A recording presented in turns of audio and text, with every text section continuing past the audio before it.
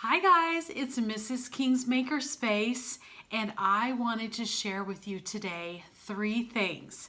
So number 1 is I found some really great art projects on a website online, and I wanted to show you what they are. So this comes from an artist. Her name is Susie Altman, and I'm going to put a link to her things down below, and you need to look up her website. She has the funnest things on her website for free. So she's got some great coloring sheets, and I wanted to show those to you. She also has fun projects that you can do with toilet paper tubes. She also has this really fun doll, and I love it because you can cut out all the pieces and then you can connect her with little brads, and brads make something movable. So when you attach her arms to her body and her legs, it makes them movable, so you can color it as well.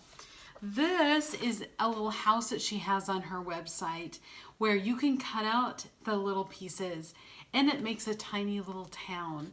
So those are some things that you can actually get and do for free on her website. So check that out.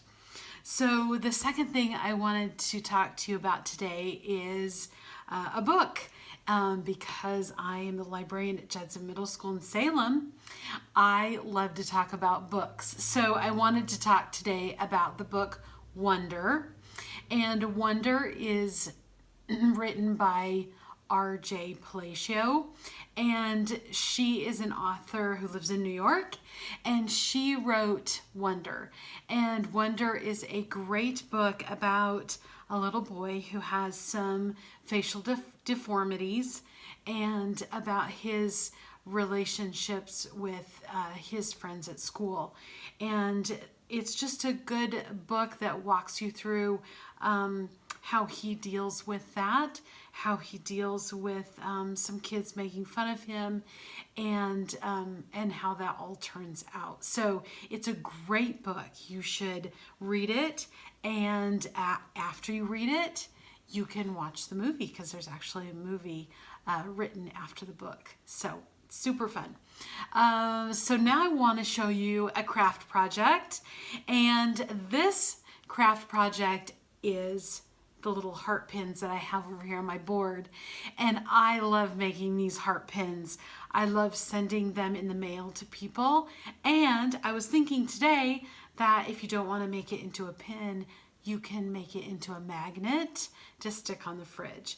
So I want to show you first the template. So I've got the heart template right here, and I found this project on a website called Pearls Soho, and it is a free project. It actually comes with a tutorial, and you can look it up online. I will have the link below for you, and you can look up the tutorial and scroll through it. You can see the pictures. It's really nice because it shows you step by step how to put these little hearts together, but I'm going to show you really quick here online as well. So first off, what I did is I printed out the heart, and if you don't have a printer at home, that's okay. You could probably even pull this up on your computer, take a piece of printer paper, put it up to the screen on your computer, and trace around it. You would not need to have to print this out. So, but what I did is I printed it out, and I'm going to cut around it with my paper scissors. And then what I'm going to do is trace that around a piece of felt.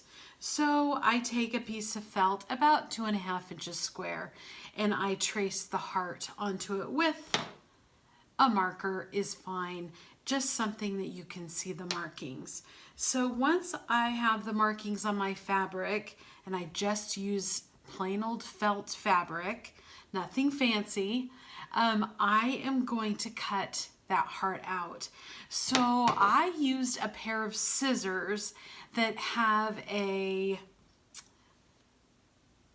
rigid edge, and these are scissors that will make the fabric have just a little bit of a pattern around the outside of the heart. So I cut that out, and it just leaves a frizzled edge. Okay, it's just a little bit of a texture around the edge of the fabric. So if you don't have these kind of scissors, that's okay.